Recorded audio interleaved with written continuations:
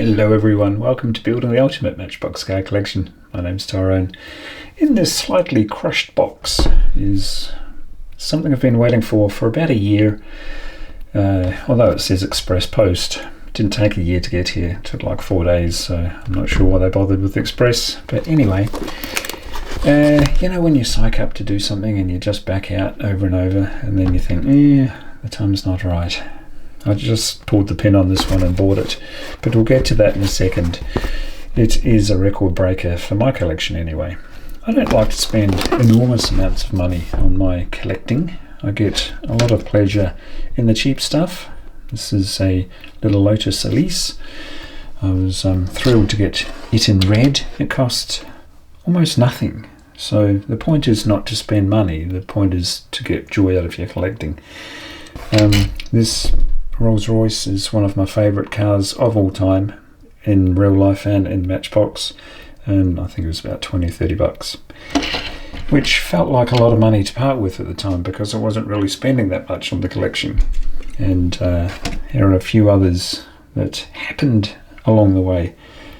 AMG Mercedes, I think that was about 40. It felt like a lot of money at the time, but I'm still thrilled I've got it in the collection. The previous record for most amount of money spent on a Matchbox car in this studio was, of course, the Javelin. You may or may not have seen the video. That went or came in for the tidy sum of 500 Australian. So, and it still gives me a bit of a quiver when I think that I spent so much money. Although the one that came today was more, obviously, because it broke the record, I felt quite happy about it. Other rarities around the place, not that expensive, but with the white roof is the rare one. Of course, blue roof is run of the mill. As I say, sometimes just things like that one thrill me. So, other high end is the hot smoker, and you might be familiar with the dragster. If it's in pink, it's worth more. You know the story. Scarcity runs up the price, and if it's mint and old, wow. I like to get mint ones. If I don't find a mint one, I don't mind so much. If it's something I don't have, even if I got a banged up little Lotus there in red, if I didn't have it, I'd still keep it in the collection just to remind me of what's out there yet to be collected. Again, slightly rarer colour, so the cost goes up. What is it with pink? Everybody wants a pink one. And of course, some unknown, value unknown, shall we call that one? There's a funny story behind that one, but at a convention somewhere along the line, they put this one next to the Dr. Pepper one and asked the punters which one they preferred, and they preferred the Dr. Pepper one, so that went into production, and the Minolta one did not. So who knows what that one is worth. Just a bit of a curio. And of course, the older and more pristine you get, the price naturally goes up, because not many survive after so many years.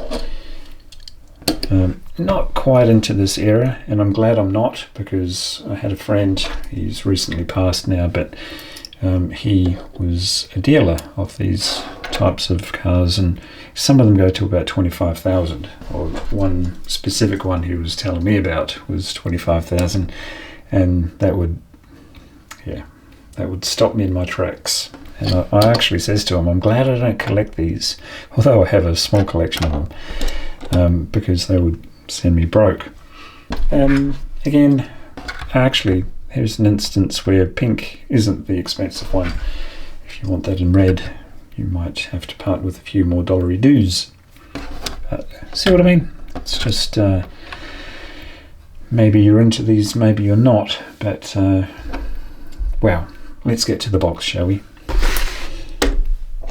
I have to be very careful that I don't clink these ones together, because stakes are slightly higher than clinking a bunch of these together, aren't they?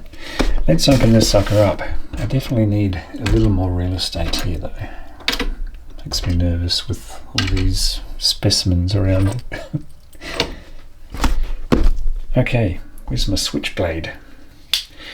I didn't spoil the surprise like I did when I was showing off the red javelin.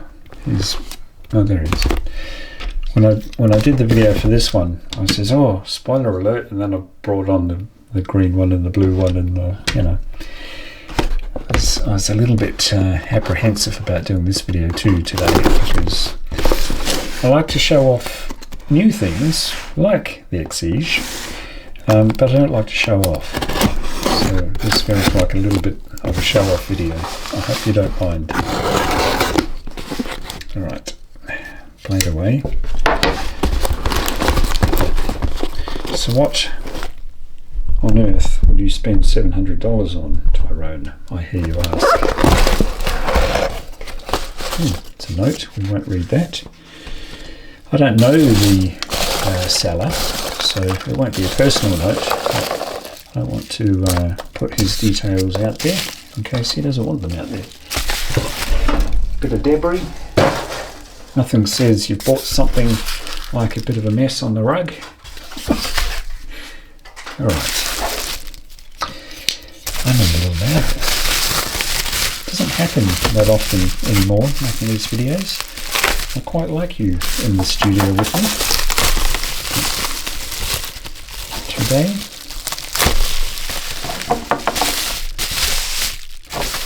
Let's see what we have. One more, please. Oh, well, there's the slight giveaway. It's not red, I can tell you that. It's in a protector. Didn't expect the protector, but that was nice. It's been shielded from who knows what. Get rid of all that.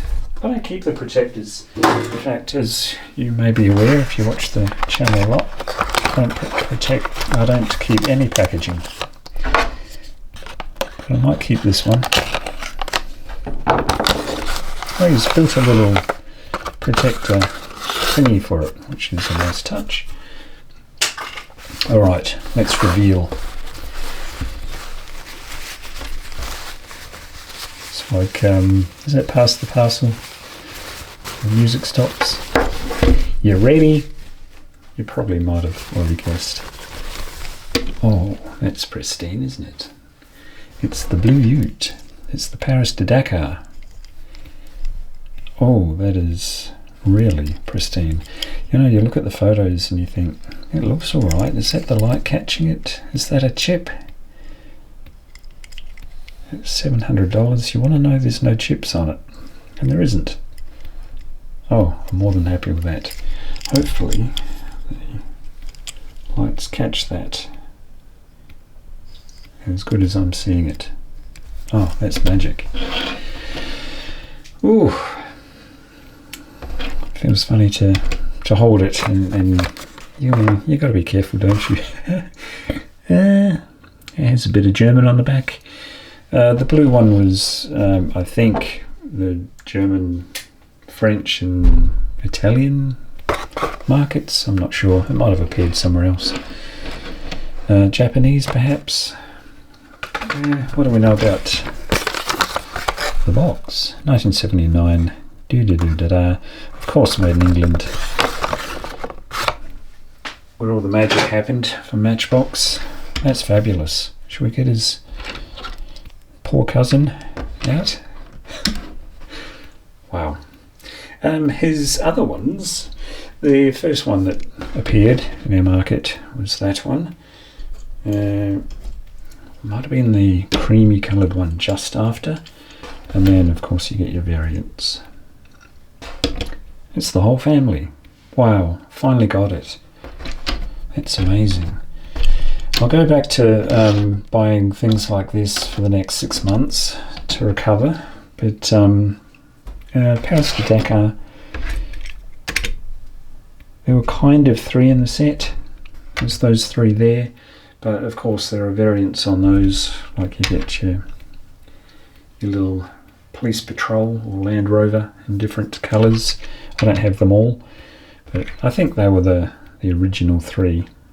Maybe there's variants on the ambulance as well. Oops. Yeah, wow. Wow. It's I